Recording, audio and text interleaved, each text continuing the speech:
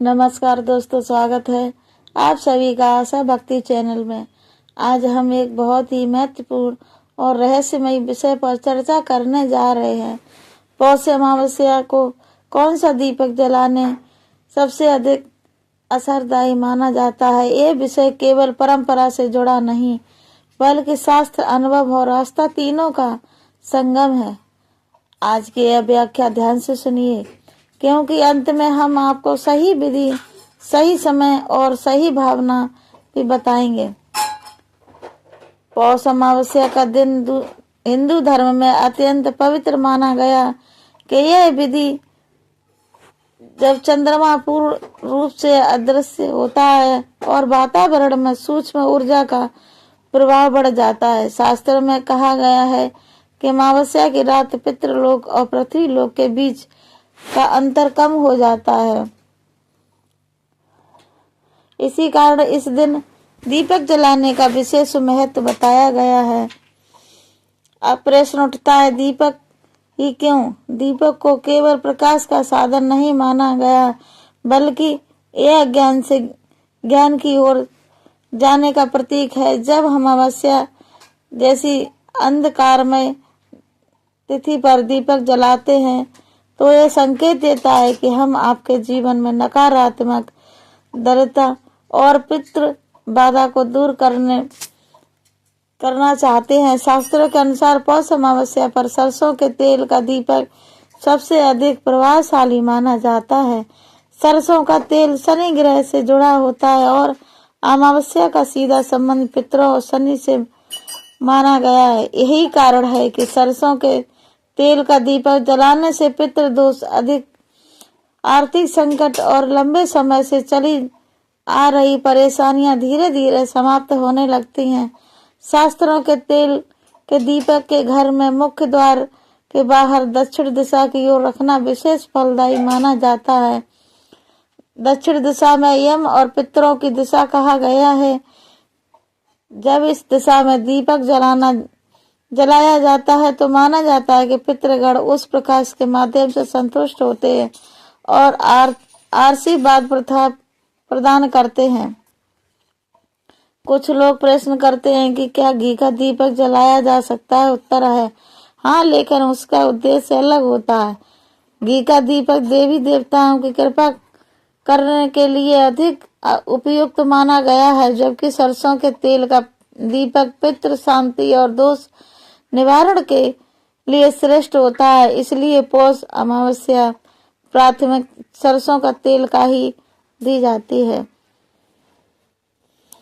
अब बात करते हैं दीपक की बत्ती का। शास्त्रों में कहा गया कि इस दिन रुई की जगह मोटी बाती या लाल धागे से लिपटी बत्ती का प्रयोग करना चाहिए। यह बाती अधिक समय तक जलती है और उसका अर्थ होता है स्थिर श्रद्धा। यदि दीपक जल्दी बुझ जाए तो उसे अशुभ नहीं मानना चाहिए, बल्कि मन से प्रार्थना दोबारा करनी चाहिए। दीपक जलाते समय मन की स्थिति अत्यंत महत्वपूर्ण होती है। यदि मन अशांत है, क्रोध या भय से भरा है तो दीपक का पूर्ण फल नहीं मिलता। इसलिए दीपक जलाने से पहले 2 मिनट आंख बंद करके अपने पितरों का स्मरण करें और मन ही मन उनसे क्षमा मांगे। कई लोगों के अनुभव बताते हैं कि उन्होंने नियमित रूप से पौष अमावस्या पर यह दीपक जलाया। उनके जीवन में अटके हुए काम धीरे धीरे बनने लगे। यह कोई चमत्कार नहीं बल्कि श्रद्धा और कर्म का परिणाम है। शास्त्र भी यही कहते हैं कि जब भी कर्म सही दिशा से किया जाए तो फल अवश्य मिलता है। कुछ लोग भी पूछते हैं कि दीपक कितने समय तक जलाना चाहिए। इसका उत्तर यह है, दीपक को प्राकृतिक रूप से बुझने देना चाहिए। यदि तेज हवा से बुझ जाए तो दोबारा जला सकते हैं। दीपक को बुझा कर हटाना उचित नहीं माना गया। अब हम बात करते हैं उस गलती की जो लोग अक्सर बैठ कर पौष अमावस्या पर दीपक जलाकर लोग तुरंत मोबाइल देखने लगते हैं या बातचीत कर लग जाते हैं। यह दीपदान की ऊर्जा को भंग कर देता है। दीपक जलाने के बाद कम से कम 5 मिनट मौन अत्यंत लाभकारी माना गया है। यह भी कहा जाता है कि यदि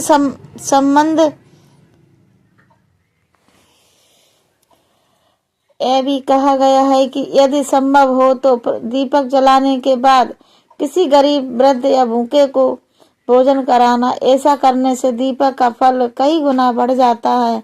दीप और दान दोनों का संबंध गहरा माना गया है।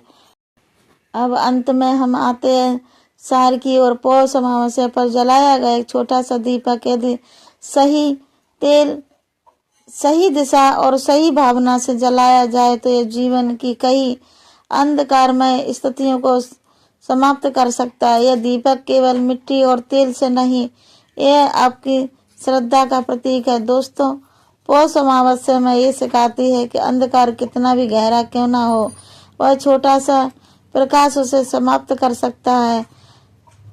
आप भी इस पौष अमावस्या पर सरसों का तेल का दीपक अवश्य जलाएं और पितरों का स्मरण करें। अगर आपको यह व्याख्या अच्छी लगी हो तो इस वीडियो को लाइक करें और अपने परिवार के और मित्रों के साथ शेयर और चैनल को सब्सक्राइब करना ना भूलें, ताकि ऐसी पवित्र कथाएं और ज्ञान हम आप तक पहुंचाते रहें। जय श्री हरि।